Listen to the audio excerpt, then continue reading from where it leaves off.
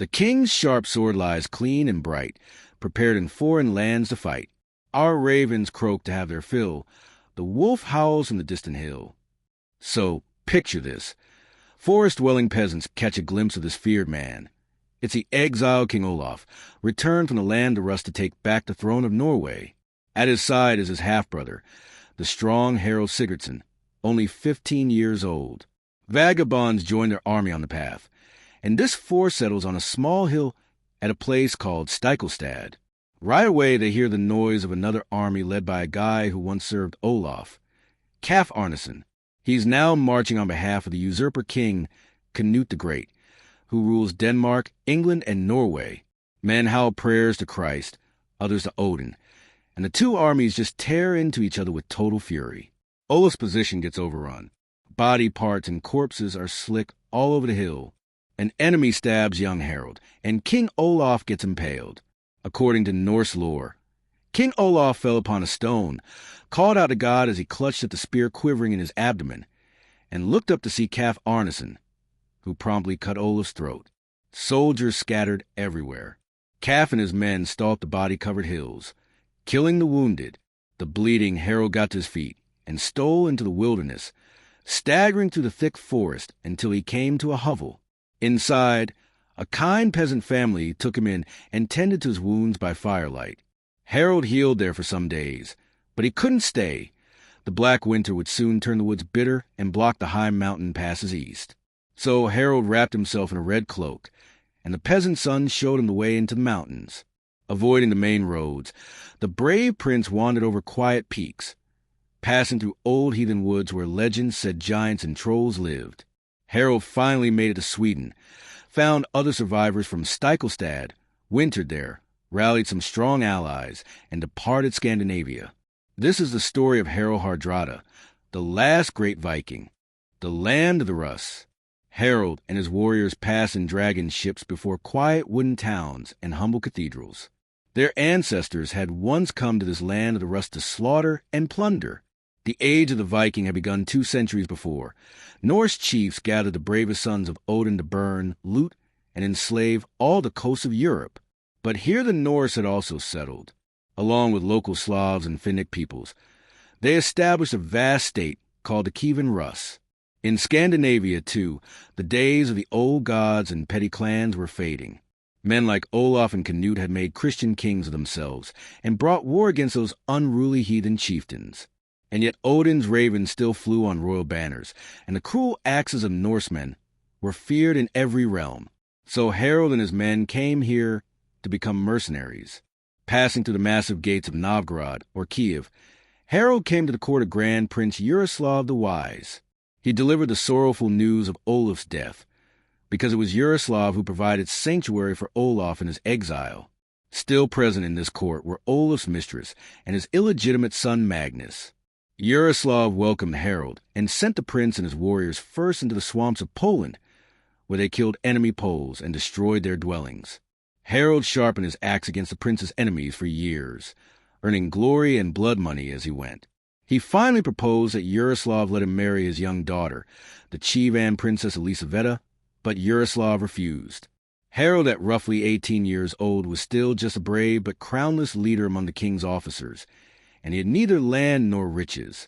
In 1034, 2 Norwegians arrived in Kievan Rus, bitter enemies of the late Olaf, the fat Einar Thamberskelfer and Kaf Arneson. King Canute was being overthrown in Norway, and they'd come to collect a suitable successor. Not Harald, who was too strong-willed, but the impressionable child Magnus. Harald didn't have the men or the riches to challenge all these enemies, to take the throne he desperately wanted. But he'd heard of distant lands filled with legendary treasures to be won in glorious battles. So Harald gathered a few hundred men and sailed far south, Constantinople and the Varangian Guard. The sun shone white against heavenward crosses and fell smoothly down the domes and aqueducts, scattering into shadows against houses and covered streets. When Rome fell to barbarians in ancient times and Western glory faded, it was this city that kept alive the flame of that old empire. This was Constantinople, the heart of the Eastern Roman or Byzantine Empire. Harald pushed through the city. Magnificent forums clattered with merchants' wares from distant lands, and there were foul streets lined by groaning beggars and brothels. Harold approached the palace and enlisted in the Varangian Guard, the ranks of legendary Norse mercenaries prized by the Byzantines as loyal bodyguards and elite infantry. It was Varangians who guarded the throne where sat Emperor Michael IV, and by his side the beautiful Empress Zoe, more than 30 years his senior. Only months before, Michael had been merely the low-born lover of the Empress. It was widely believed that the pair orchestrated the murder of her husband, Emperor Romanos III. They married the very day he died. Herald's services were welcome because a grave threat afflicted this empire. The Islamic Fatimid dynasty ruled the Holy Land and much of the southern Mediterranean. Lately, thousands of Muslim corsairs from Islamic Sicily and Tunisia began attacking the shores of Christendom, raiding villages, killing the men, and stealing women and children into slavery. To those burning coasts, the emperor sent his fleet. Byzantine ships chased after the pirates and unleashed howling streams of Greek fire. Some of the pirates died in the infernal winds. Others raised their swords in defense, only to be met by the furious Harold and his Vikings grappling aboard with two-handed axes. They annihilated the pirates on the ships they captured and joined the Byzantine land campaign to brutally conquer and subjugate Muslim-held towns along the imperial borders. The Holy Land in Sicily. The Fatimids responded with equal force, massacring and enslaving Christian towns. Then they brokered peace with Michael IV. Their terms permitted Christians to rebuild the sacred church of the Holy Sepulchre in Jerusalem, destroyed by the Caliph a few decades before when he'd forced Christians to convert to Islam. It was written that Harold joined the imperial delegation on a long, dry journey across the desert until at last they saw the Holy Land. The Byzantines toured the sacred shrines of Jerusalem, walked the pilgrim-worn path of the crucifixion. Harold used his axe butchering bandits who stalked their caravan and later stopped to bathe in the River Jordan. Now in his 20s, Harold came to command the Varangians with stern ferocity. He joined the Byzantine invasion of Islamic Sicily and was said to have ended a siege by tunneling under the walls of the city with the Varangians and slaying its guard. In all his conquests, he plundered greedily and amassed a hoard of foreign treasure. But all was not well in this empire. Prayers rang out in the gilded churches of Constantinople. Dark days lay ahead. The emperor was dying. His flesh swelled, and he was hit by violent seizures. He adopted his nephew Michael as his son and named him successor. Some were wary of the younger Michael. One monk recalled, "He concealed a wicked nature under a pleasant front. He was good at scheming and plotting. Yet the emperor still lived." He summoned Harold to claim some final glory at his side and crush a revolt among the Bulgars. Together they laid waste to the rebel towns. They captured the rebel king, had his eyes plucked out and nose cut off, and returned to Constantinople in a victorious procession. Harold was hailed as the brave burner of the Bulgars, while the pale, sickly emperor wavered on his horse. He died soon after. Constantinople's chaos. His adopted son was crowned Emperor Michael V, and the Golden Court became a corrupt garden of sycophants, possessed by the emperor's paranoia. Michael V sent men to attack Harold, but the Viking and the Varangians killed his assassins. Neither did Michael V trust Zoe.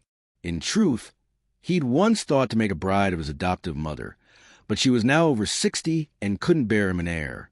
He had Zoe arrested, hastily convicted of attempting to poison him, and it was written he dared to cut the hair off Zoe as though she was a common whore and to banish her to an island in chains, where she was forced to become a nun. The people were outraged. Mobs formed at the feet of pillared palaces. Michael V brooded in his quarters, tormented by their shouts of hatred and their love of Zoe. He arranged for the former empress's return and forced the captive Zoe to beg the crowds to accept him as their emperor. The people weren't swayed by this gesture.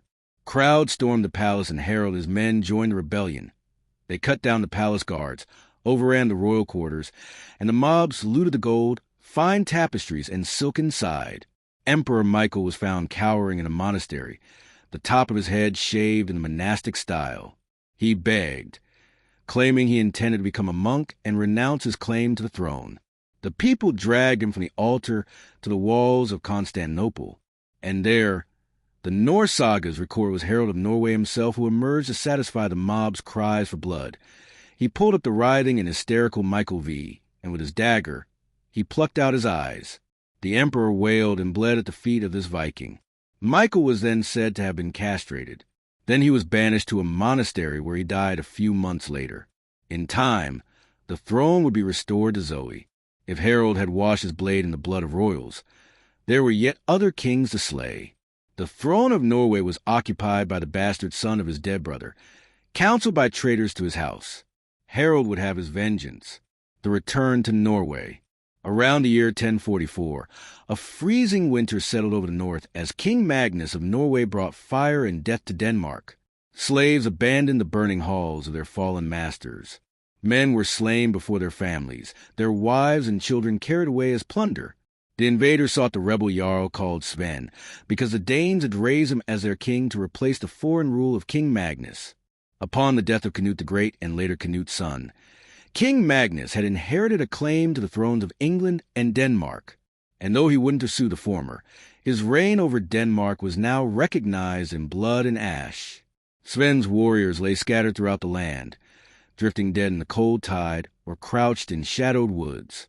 Magnus the Good was hailed as the true and noble king of Norway and Denmark. Talk of miracles surrounded his late father, the fervent Christian King Olaf, now revered as a saint. So great were the armies of Magnus, so holy his claim to the throne, that there seemed no one left in all the land to oppose him. Then a gale howled over the seas. Waves swelled before a stranger's ship. Here sailed the destroyer of great kings, a Viking long ago banished from this land. Uncle to Magnus, brother to St. Olaf. This was the mercenary Harald Sigurdsson, returned to take the crown of Norway. He stopped at the Swedish court and unloaded strange and countless treasures. Roughly 15 years had passed since he fled Scandinavia from that battlefield where his brother Olaf fell. He'd since won glory and riches in the land of the Rus and the Byzantine Empire as the hired champion of princes and emperors. That autumn, when Magnus and his men were along the coast, they were struck by the approach of Harold's magnificent ship. King Magnus received his uncle with guarded friendliness. The Grand Prince of Kiev had recently allowed his beautiful daughter, Elisaveta, to marry Harold. So it was seen that Harold possessed riches greater than King Magnus himself, a wife of status, and a blood claim to the throne. Harold asked Magnus how he wished to divide the rule of Norway between them. Magnus answered that he was obliged to consult with his advisers on the matter. His chief adviser then stepped forward. This old enemy of Olaf, Einar Thambrskelfer, chastised Harold. We are not keen to be divided between two kings. We have always served one king, and so it must remain for as long as King Magnus continues to reign. Harold returned in shame to Sweden. If his enemies wouldn't see him as king, they'd suffer him as a warrior. The final campaign. Dragon ships landed on the shore and Northmen swept across the land at the command of Sven and Harold. The two had sworn an oath of allegiance. Together they'd seize Denmark for Sven and Norway for Harold. Towns became screaming fires. They hacked men to death and tore wailing women from lowly huts. Word of war reached Magnus, and the king's council didn't think it wise to oppose Harold. Messengers passed in secret between Magnus and Harold to negotiate the co-rulership of Norway. Sven suspected betrayal and tried to assassinate Harold in his sleep, but Harold escaped. At long last, he was crowned King Harald III of Norway. As co-ruler, Magnus insisted on being the primary king, granted precedence in courtly matters and ritual. Magnus was beloved by his people for his leniency and generosity, and for this Harold resented him as weak and childish. The two insulted each other freely, but still a greater danger united them. They moved against Sven in Denmark, and there in fall 1047, Magnus was said to have been gripped by an illness. With his fading strength, Magnus declared that the sole rule of Norway would pass to Harold and Denmark given over to Sven. King Magnus the Good then died. Harold didn't think himself bound by the wishes of dying kings. At once, he made preparations to move quickly against Sven and claim the throne of Denmark. But in the king's assembly, Einar openly declared that he himself would return to bury Magnus in Norway, and that he'd rather serve Magnus dead than any other king alive. Over the following years, Harold terrorized Denmark, burned churches, tortured people to death, and violated women. In Norway, Harold moved to punish and assassinate those who questioned his rule. At length, Harold requested a meeting with Einar to resolve the matter. Einar stepped alone into the king's chamber and remarked how dark the room was. A few of Harald's men then emerged from the shadows and killed him. Einar's son rushed in to help his father, and they killed him too. The people came to despise King Harald. For years, he shed the blood of so many foes. The people in coming centuries would know him as Hardrada, the hard ruler. The last battle. Harald had lived 50 winters, and the days of glorious and terrible war might have seemed but memories to an aging king. Yet one day, a traveler came to his court, Tostig Godwin's son. Tostig had until recently ruled in the kingdom of England as the Earl of Northumbria, but he'd been a harsh ruler. When the people rebelled against him, his rival brother Harold Godwin's son succeeded in having him banished. Upon the death of the childless King Edward, the English High Council crowned Harold Godwin's son the King of England. The jealous brother Tostig sought revenge, begging Harold of Norway to conquer the country, to claim Magnus' old right to the English throne. HARALD HARDRADA could become the Viking king of England, and Tostig restored land and power as his vassal. So Harold prepared his army. In dreams, dark omens came to the king of Norway and his followers. One man saw a great battle in England, and before him a witch riding a wolf. With bloody jaws her beast devoured the bodies of Harold's men, and she sang, "The troll woman sees clearly the doom awaiting Harold." Grassy cliffs pulled high and quiet over the sea and sloped into little dwellings where people saw a threatening fleet bearing an army of around 10,000 warriors. Harold and his Vikings, supported by Tostig and some of his allies. Towns submitted to them readily. The invaders proceeded inland by river, far from the sight of King Harold Godwin's son, who was positioned in the south with his army, anticipating an invasion from another claimant to the English crown, William, Duke of Normandy.